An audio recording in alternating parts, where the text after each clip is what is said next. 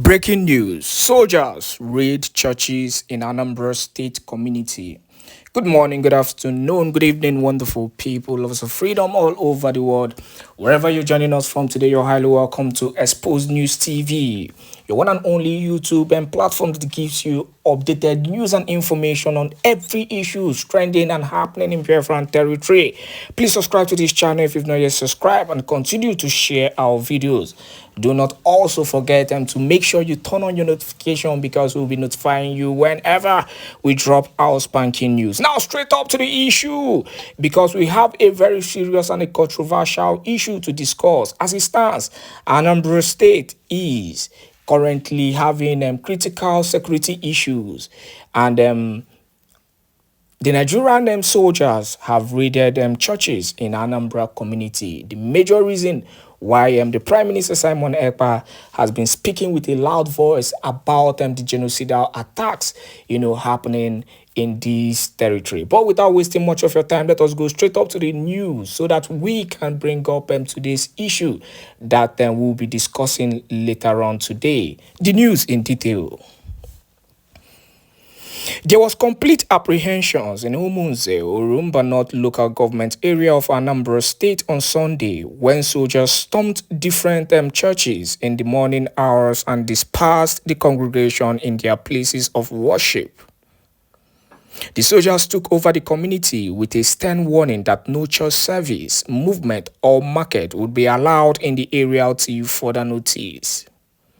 A witness, Obiika Ezeka, said they were traumatized when they heard gunshots at St. Joseph's Catholic Church as worshippers arrived for the 6 a.m. Mass. She said they were waiting for the priest to begin the Mass when one of the armed soldiers marched to the altar and asked everybody to leave the church. The Sun reports. According to her, the soldiers, whose identity could not be ascertained, told the congregation that their colleagues were murdered on Thursday night by gunmen in the town, and there would be no movement or market till further notice. Now, let me pause here before I round up with the news. Now, first of all, this is a total desecration of an altar of God. This kind of thing cannot happen in Muslim community. No place in North can this kind of thing happen. We know what is happening in North, how these soldiers are being killed by bandits on daily basis. But we've never had any situation of these soldiers storming any mosque to stop them from praying. It has never been done. And when we talk about marginalization and how, Igbos are being treated in this part of their so-called country, you don't understand. It is only in this part that we can see this kind of thing happen. How can soldiers in the first place go to a church, walk into the altar to stop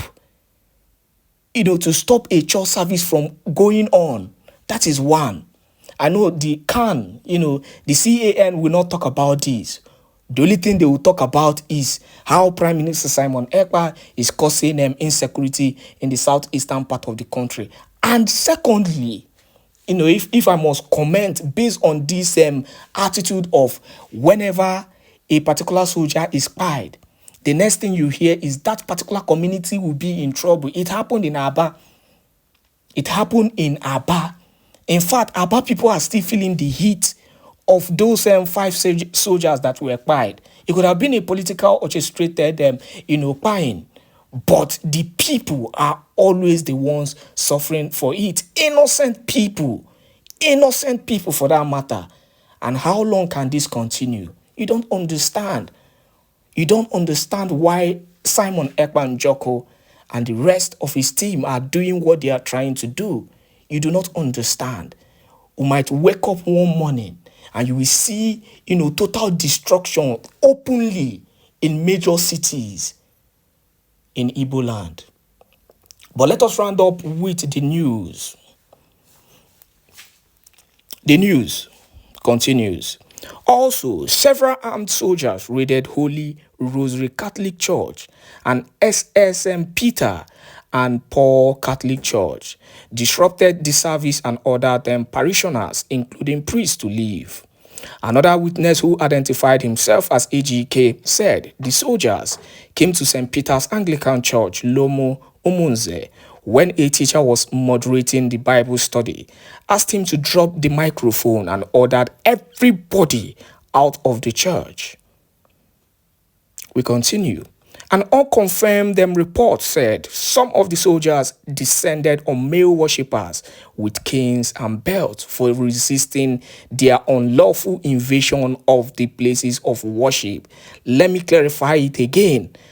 An unconfirmed report said, in fact, they are just trying to paint it unconfirmed. What are you confirming when people are coming out with evidence on how they were attacked by the same people who are meant to be protecting them? Now, let me go back to that particular sentence. A report said some of the soldiers descended on male worshippers with canes and belts for resisting their unlawful invasion of the places of worship. It was reported that some people, including commercial cyclists and drivers found on the road on Sunday, were arrested and forced to pull down a building that served as office for tipper drivers. The community quickly turned to a ghost town as traders hurriedly locked their shops at the busy Nkwo market. A stranded mother, Nze Euphemia, lamented that the sudden shutdown of the market left many people starving with no food at home. She said the soldiers would have announced a curfew so that people could buy essential food items and drugs before the sudden lockdown. But let me stop here, because I can't even continue with this kind of, information, because it is even painful. If you want to do this kind of thing, then you do what they call curfew. You just announce a curfew so that people will be aware. But like I always say, we are in a country where anything goes. In a country where laws and orders are not respected. And that is why you see these security agents and these state and non-state actors do whatever they want, and yet they still go, they go scot-free. No much example has been set so that these people will understand their wrongs and the evil that they are committing. Genocides every day in Biafran land, and yet people are not talking about it. Their major problem is Simon, Èkpá, and Joko. Simon did this, Simon did that. But before we go further, I want you to watch this particular,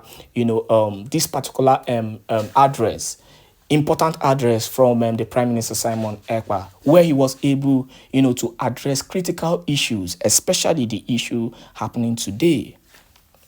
The nature. What I mean is like in our tree, our animals, the Nigerian school government, the way they make things difficult, they don't scare even human being, talk less of our animal. And we are losing a lot in our nature. Especially our tree, old tree, very long years. But now we don't have those things anymore. So please, I'm asking, very soon we are declaring our nation. Are we going to have law to save our nature too? Because already our people don't even know, it's not only woman you can save. They destroy everything. So please, the Biafrans, our nation, are we going to have mercy for the humanity, to leave our nature grow and to turn for who we are? Thank you, sir. That is my question. Can you hear me? Yeah, PM, did you get her question? If not that this question is coming from you, I would just say no. Because I see it as, because you have asked this question before and I've addressed this question. And how can you be expecting that we don't have love for animals? No, I don't ask, so this is the first time, sir.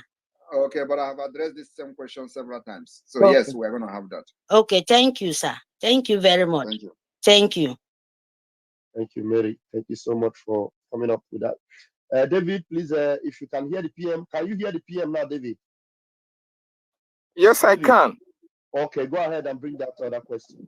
Okay, my number 2 question, my PM. We have the 40 United States of Biafra. I want to know, you see, it is really, really very difficult for Biafrans to come to the acceptance of a one particular place as the capital of Biafra land. How were you able to make it very possible that even after declaring Ebube as the confederating capital of Biafra, there was no state that was murmuring, oh, FCT should be in Enugu or in Aba or in Iguacha. But once that was declared by you, there was no murmuring or wrongling among our people. What was can I say, how did you do that everybody accepted that without any wrangling, sir? I did not declare Ebube the capital. The structure of the capital and the structure of the state has been there. All we did was to activate it. Thank you. Okay. My 3rd question, my PM, you see. Master David, hold on, please. The question you asked and the way you put it contradicted the points you made at the end of the day. You said Biafrans are hard to convince to come to terms of agreeing to one thing. Then at the end of the day, you said when we declared Ebube as the capital, they did not come back fighting again. You've contradicted everything you're saying. Biafrans are not fighting themselves because of one thing or another, and they don't fight or have it hard to agree on being one. It has been the enemies that have been sowing the seed of discord amongst Biafrans. When we were fighting in the 66 to 70s, you saw the unity of Biafrans. With George Enip, you saw how the elders of Biafra gathered around Ojukwu. They gave him all the support, and then we were able to surmount one Nigeria. And today, the Biafran government in exile encompasses of all the representatives of the 40 states of Biafra and above, of which you'll be seeing more of the Biafran state that will be coming to pay allegiance and to be one of the Biafran nations. So Biafran people are united and they don't have this share of dissociation or hating themselves or fighting for one thing or had to agree to come together. It has been the way one Nigeria has wanted that narrative to be going. So going forward, every Biafran should desist from accepting that to be who you are. Thank you. Thank you so much, my Minister of Telecommunications, for that correction. Thank you so much. My PM, my 3rd question goes like this. 2 months ago, you made a very big discovery and important in the life of every Biafran. In Nigeria, we have professors. We have those who call themselves learned colleagues. But you are the only person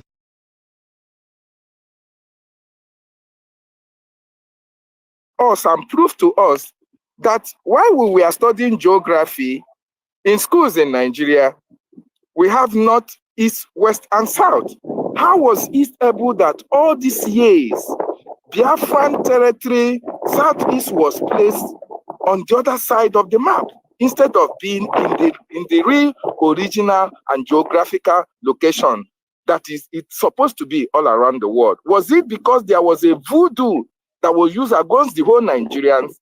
Or what was responsible for you discovering this? Even when you went to school while still in Nigeria, nobody was able to pinpoint that error from the government. I think the question you should have been asking is that after I have raised that issue, do you hear anybody discussing it still? And I don't know how we were able to pass the geography. We went to write exam of the geography in the school, and then they say North Pole, South Pole, and at the end of the day, you pass the exam. That's actually what I still don't understand. But if you see, look at the map, you know that that is, and on top of that, they created something called South-South. Yet, people accepted it. Yet, those who call themselves professors, including those who parade themselves as the learned one, like you hear them carrying fine, who Patutomi, all of them, they accepted it. All these people accepted South-South. They could not even find something, other name to give it, but they say South-South. They would have said maybe Southeast 2, or Southeast 2nd, Southeast 1st, Southeast 2nd, and even the Southeast is wrong. But as I'm talking to you today, nobody have discussed it in any national television or anything, but they know that it is wrong. So it is the reason why the people are not discussing it is because, one, Nigeria was designed for people not to pay attention to something that is realistic. So everybody is struggling on how to survive, how to make money, how to be better than your neighbor, how to be somebody that will be driving car in your community.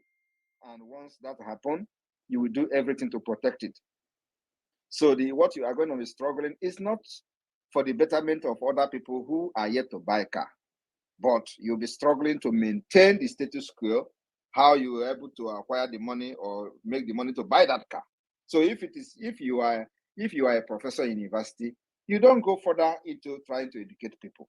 All you will be doing is to protect your professorship in the university. So anything is going to cost you to make sure you maintain that status quo where you can still get money to brag as a professor, where no other professor will come to that school and say that, do you know that this map is wrong?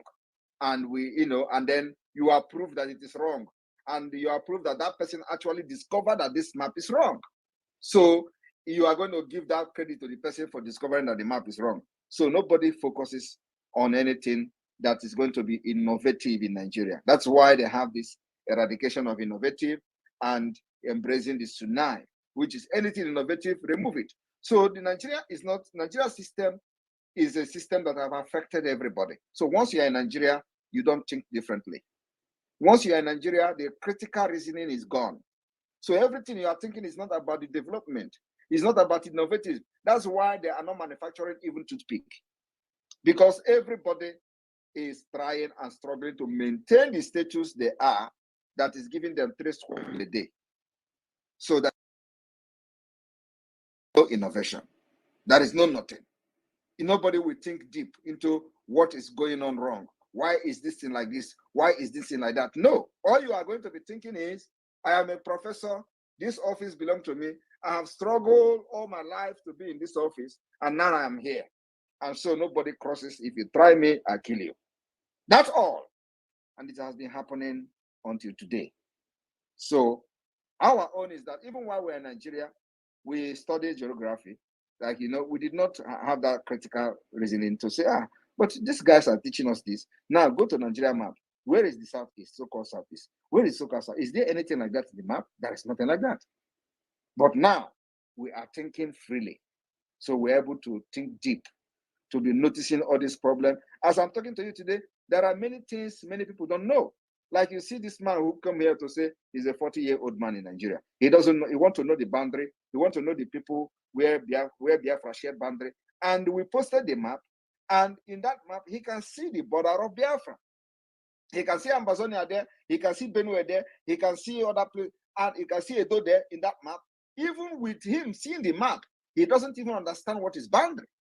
Because actually, if he understood what is boundary, he will not come here to ask me, who do we have boundary with? Because it is there in the map that I posted. That is the average Nigerian.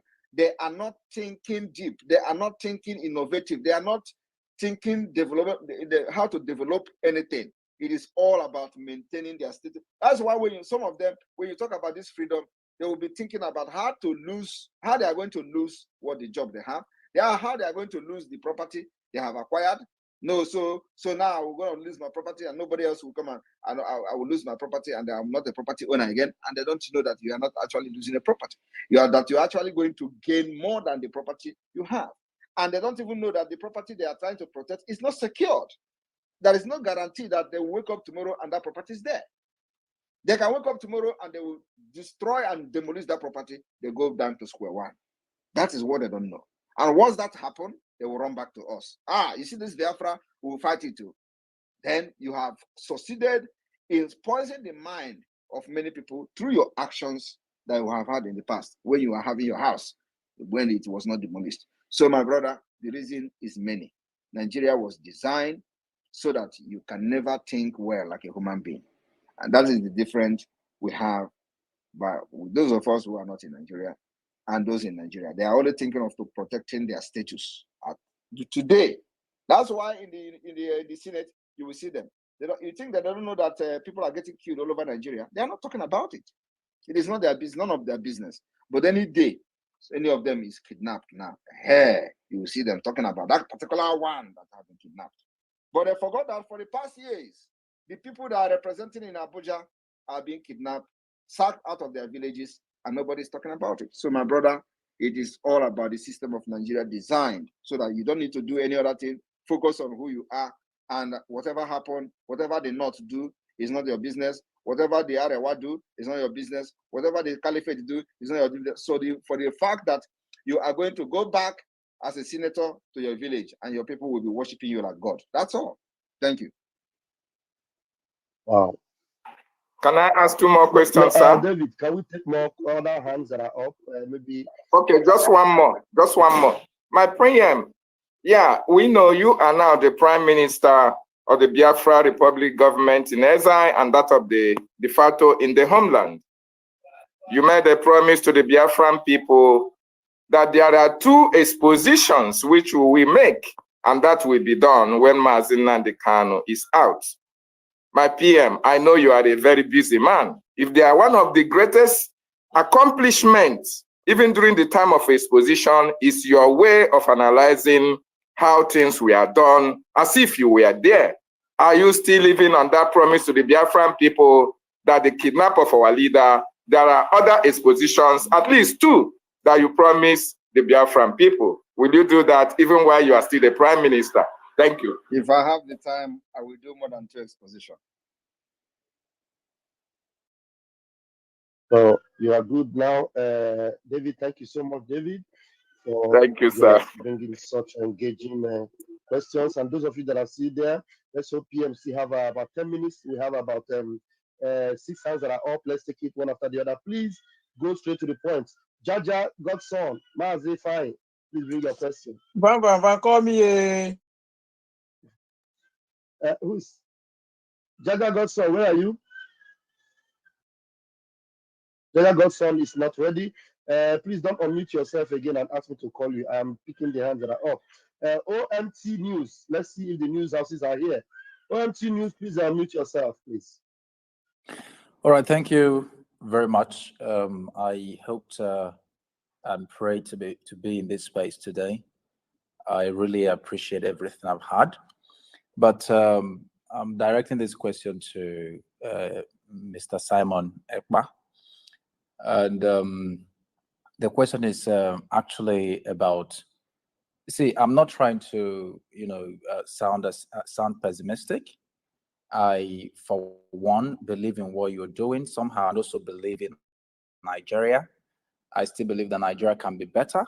I still believe that the energy you are using to do this can be channeled as well to make Nigeria a better place. Of course, you were one of those people who were championing it before. And also to look at the area of regionalization. Like, for example, tomorrow you said that would start doing, enforcing a whole lot of things tomorrow. And I'm looking at the feasibility of that happening. I'm not trying to doubt your ability to do that or the ability of your forces to do that, but I'm looking at the feasibility of it happening in a country like Nigeria. Obviously, your video, one of your videos about Finland and how they got independence actually stoked my curiosity. And I went online because, of course, I'm a researcher, and I was going through a lot of things, reading about Finland and whatever. And what came to my mind, obviously, is that the peculiarities of Finland is actually different from Nigeria. I'm not saying that history cannot repeat itself, or things cannot be applied and something different can happen. But the truth is, how do you, Mr. Simon Èkpá, how do you plan? Because we have to be honest with ourselves. I know you're doing this out of honesty. I believe so. Can you just ask your question? Okay, what I want to ask is, how is it possible that you are going to fight a sovereign nation like Nigeria that has air force, that has one of the strongest military in Africa, because obviously the 5 states of that is question number one. Hold the line. Let him take that question number one, then you do that other one. So how are you going to fight this? First of all, you talk about 5 states. Who gave the 5 states to the Southeast? Were there a referendum to that effect? There was none, but the Constitution empowers the federal. Which means it is fraud and fake, and we don't accept it. That's number one. No, the Constitution. Now, number Constitution two, empowers. there is no Constitution. Are you not hearing that even your people are complaining about the 1999 Constitution as a fraud? The Constitution says we, the people. Were you there? Were your people present when the Constitution was written? It says we. That was a fraud. Are you not aware of that? Did you agree to that? Your people, even when you are not born, if you are not born then, which I believe you are born in 1999, were your people part of the people that voted for the Constitution that says we, the people of Nigeria, in 1999? Just answer me, because that would address this matter. Answer me. There was no referendum, by the power of the state. So who are the people who wrote the 1999 Constitution? The military, of course. So the military are the people. Yes, but there was a convention what is the convention? You see, that is the problem. You say you are a researcher, and here you are telling us how you are researching, and you went to research Finland, and you cannot even answer a question about your own constitution. I ask you, your constitution say we, the people of Nigeria, and I'm asking you now, where did that we happen? No, there were representatives from the various parts of Nigeria that the military called. We are the military, and we are in democracy. And that military court, you said no, it was the military regime at the time. So I'm talking about in 1999. I'm talking about now in democracy, because the military regime brought the constitution, which is the military decree, right? And now Nigeria has been practicing democracy since 1999. And the military decree that handed over to democratic system, they have not changed that particular military decree. And I'm asking you now, you say it is with the Constitution of Nigeria, and I'm asking you, the Constitution that says we, the people, is it under the military regime that we, the people, took place? Yes, it was under the military regime. Thank you, with the representative of the people. Who represented you? Yes, there was a convention before. So who represented your region? Yeah, there were. Can you answer me a question? Can you answer this question? Who represented I don't know region? specifically. You don't know, but you are a researcher. You cannot research. You are researching Finland. Now, if you want to know, and of course, this particular thing you have just answered now, we show people who you are. As a researcher, you don't know who represented you. So the Constitution is is not important to you, that you don't even know who represented you or who represented your region, since it is the we, the people. You did not know who represented you, but let me tell you today that nobody represented you. It was imposed by the military on Nigerians. And so because you don't have any fact or any fact to debunk what I'm saying now, you have to accept what I'm saying now, because that is the fact. And that's why I don't accept what you're saying. You're not allowing me to. So tell me who represented you. Tell me, mention the name of the person who represented you. OTM, or meet yourself. Let him tell us the person who represented the region. Well, obviously, when I was trying to join I don't actually. Okay, so tell me, go to the Google. But there was a convention. Go to Google now and search. So tell me the name of the person who represented your region in that convention. You're saying that it was convention. OMT. No, he's typing. I can hear him typing. Okay, let him type. OMT, in this your present Nigeria, where you have a military invading your communities, which of your elders or your representatives are part of the decision makers for the security agencies of one Nigeria, the terrorists, to invade your communities? Well, so don't give him many load. Make him answer the one with PM. Sonny, just hold on. Yes, let him search the Google and tell us the representative of his region in the Constitution. Let me. 1999. As a researcher of Nigeria, you're supposed to have all of them upstairs now. And No, Okay, we so are giving, so we are don't even worry. giving him a privilege. We are We giving are him giving him benefit the of doubt. privilege to Yes. go and search now, and he's searching to tell us the person who represented his region in 1999 Constitution. well, there's no direct this in here. I have to take time to do that research. Oh yeah, you see, so you accepted defeat. That is the thing. There is nobody represented you. The 1999 Constitution is a fraud, and I'm not even here to talk about the Constitution. We have gone beyond that Constitution matter, because some of you are claim to be educated, but you are illiterate. That is the problem. You are not educated. You are not informed about your own problems, and you are here. Somebody like me that is well loaded, that is bringing solution to my people. You are here from Fonja and will be telling me how you are researching Finland and all that. And you cannot even find information about your own. Mute your mic. we have Mute this person. Let me talk to him. Let me mute this person. Let me talk to him. I've muted him. Because I've been giving him the privilege to even go to Google to search who represented him during the Constitution of Nigeria. He cannot do that. I gave him the privilege to go to Google and search. He cannot do that because it doesn't exist.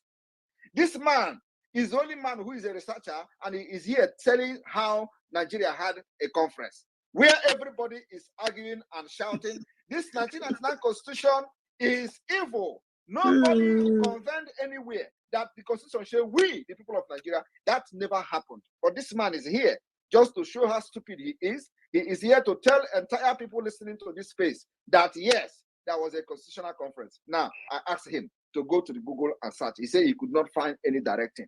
And he cannot understand that this is the problem that brought Nigeria to where it is today. When people don't know their left from their right, and those who know something, who know their left from their right, they will be coming here to challenge me. They will have, because I have the information he don't have. So I'm working with this information that I have, which he don't have, I will never have, he will not even care to learn. So when I know, if he knows something that I know, he will be doing worse than what I'm doing today. And that is the problem.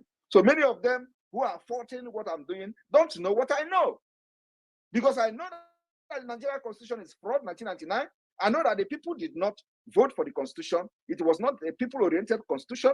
And here he is telling me, and then tell somebody who represented you, you cannot bring the person. Now, the issue of the military.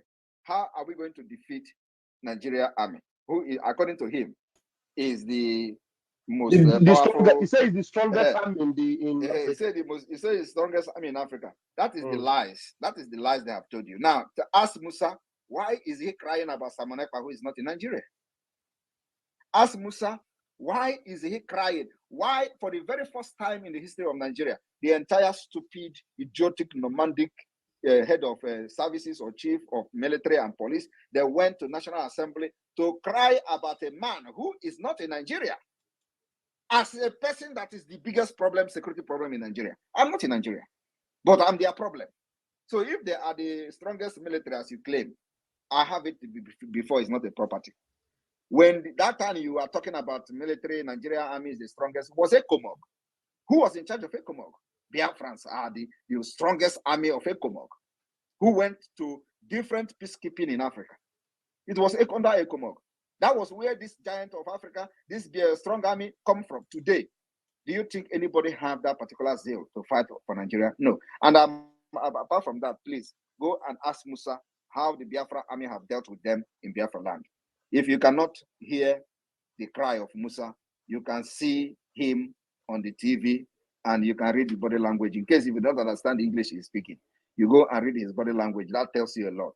We have defeated Nigeria and we'll defeat them from tomorrow. From tomorrow, if you doubt what I'm saying, pack your bag from where you are, come down to Biafra land and go and work in any of the secretariat. I will bullet to work out. Prime Minister, please remind this great researcher of Nigeria the date Biafra Liberation or Biafra Defense Forces, Liberation Army, Resistance Fighters were unveiled. When he said Nigeria is the strongest army, I don't know how long the Nigeria army has existed. Then Biafran government army is not up to a year yet since the unveiling. And then the defense minister and chiefs of Nigeria are coming out to cry.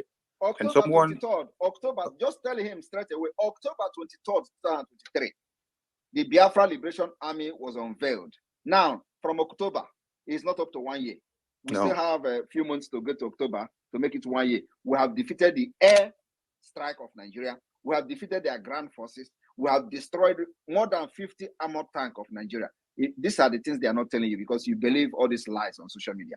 Go to the Biafra land and see things for yourself. Go there as a journalist. I will tell the men to protect you so you can take videos by yourself. I'm offering this thing. I'm telling you, and I'm going to do it. Once you want to go, let me know. I will make sure you are protected. You are going to be in the war front and take videos so you can have first-hand information. But when you are going, make sure you wear Yoruba Odeshi. Thank you. OMT, that is a benefit of doubt for you. So you can try that. The entire Biafran people and the world listening should understand that this is how the Afon Jazz media of One Nigeria goes about reporting and making their concussion stories from left and right. Someone is telling you that they said it doesn't have the name, it doesn't have the fact. They said people agreed and were party to the convention, but he doesn't have the information. He just believed on what they said and then came up here to speak as if he even has the first-hand information.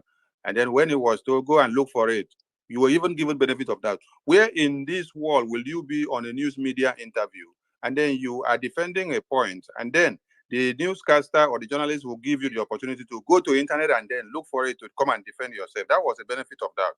So we want everyone to understand how the Afonjas have been used by One Nigeria and Britain for years in quest for demeaning the lives of Christians that have been massacred in One Nigeria for years.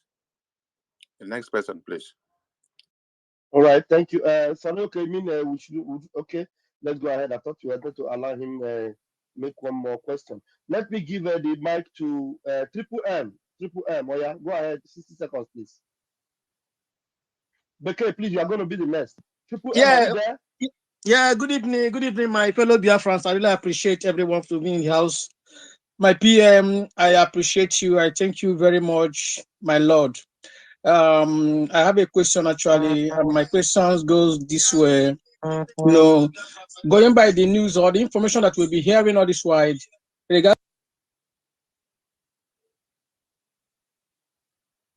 when such a thing happened and we happen to be in our in 2nd of December, when the Biafra will be declared, the people that is under the control of the mortgaging, do we gonna have any issue with them when we must have gone to on our own separate way? That is my concern. Thank you very much, my PM. I appreciate you for the good work. Go and listen to previous answer to that question. You cannot come here with picture on my picture on your profile and be asking this kind of question. Go to the last space we had where I addressed that issue. All that ones. Okay. Our focus now is the delegitimization of Nigeria, and whoever that is buying anything on mortgage, that is the person's business. Either if the person is buying something from Biafra land, when Biafra comes, they will go and either carry the land from the northern Nigeria and go to China. Thank you. Thank you, sir. Okay. Thank you, Triple M. The K has disappeared. All right. We still have Madwe K. Madwe K, please unmute yourself. Okay. Good evening, House. Good evening, my Prime Minister, the Obato B1. Beke is still here. He has not disappeared. Beke, your hand went down. Sorry. Hold on, Madwe. Yeah. Beke, please go ahead and bring your question, please. Okay. Good evening, everybody. Good evening, my PM. To be sincere, I am very happy and excited with the way all these things are going. And to be honest with you, words are not enough for me to thank all of you for the efforts you people have put into this liberation of Biafra. And please, in order to meet up with the 60 seconds that I have to ask my question, I will just go straight to the points. I have a friend who happens to be unfortunate to be serving in the Nigerian police force. I call him unfortunate because he was cajoled. Please, they are not police force. They are terrorist police. Please. Yeah, the Nigerian terrorist police. Thank you. So I call him unfortunate because he was cajoled into joining this terrorist police force. While all these things are happening, this friend of mine has an interest of quitting the job because he himself understands very well that he is more of a terrorist than a police. But the problem there is I can't hear anyone. I can't hear anyone. Have I been called up, please? Hello. Who is that? Madweke, please remain muted. You can go down and come back again. But please go ahead and make it very quick. Make it snappy. You have 60 seconds. All right. So what I'm asking is, I have tried everything possible to make him understand or to make him see reasons why he should quit the terrorist police force. But my reasons were not enough. So I want to ask, is there any other, thing I need to know about the way to convince him on how to accept, everything I have told him about quitting the police force before he could put his life into what he doesn't know anything about? Thank you. Oh my God. PM, are you there, or should I answer this one? Because this one sounds very funny. You can go ahead and answer him. Beke, what you should tell him before he can be able to convince himself, tell him to come to Biafra land. Like we said that all the police station and barracks and one Nigerian unit should be deserted. Let him come out. When he hear 440, after then he will decide to resign. Okay, thank you. Okay, thank you so much. I'm very grateful for that. All right, thank you. Biafra Unite, please come up quickly with your question. Yeah, thank you, my brother, Chukwugoziagi. Thank you, Biafrans. Greetings, my Prime Minister of the Biafra Republic Government in Exile, Your Excellency Èkpá Simon Njoku. I have only but one question, and this question has been in my mind, on my mind for a very long time, and I'll be asking the question now because I noticed that Afon Jas are here. So, please, my Prime Minister, the time you declared Biafra mass exodus 2024, did you envisage? Because why I want to ask this question is because during the time you declared autopilot, nobody knew. Maybe you knew, but I don't know. We never knew that word of autopilot would have done what it did during, or should I say, within the time of this very, liberation. So now you declared Biafra mass exodus 2024. So my question is very simple. Did you envisage the scantiness of Lagos State? I want to use that Lagos as an example because Afonjas are here, including Abuja, Kano, and other places. Did you envisage the scantiness of those cities when the Biafra people will vacate en masse, will leave en masse, at least for the jubilation and celebration of independent state of Biafra? Please, that's my question. Thank you. Or did it just come as the Spirit directed you? Thank you. Definitely, when you are doing something and you are very, very calculative, of course, you should know the outcome. And you should be able to analyze the future as a result of what you are doing. So yes, I have analyzed the exodus of Biafrans, and I know that it's going to happen.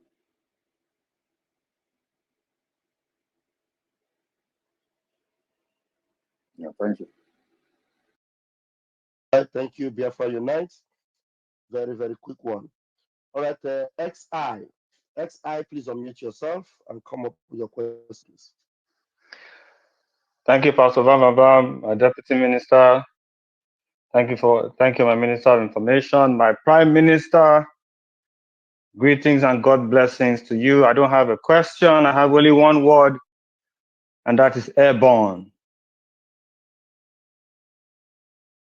Right, airborne. Thank you very much. Please come up with questions, please. Very, very important. The PM is ready to answer questions, especially Yafonja. If you want to ask PM question, you know, some of them, they don't hide their foolishness. Come here and ask that question. Biafra must go. Please come up with your question, please.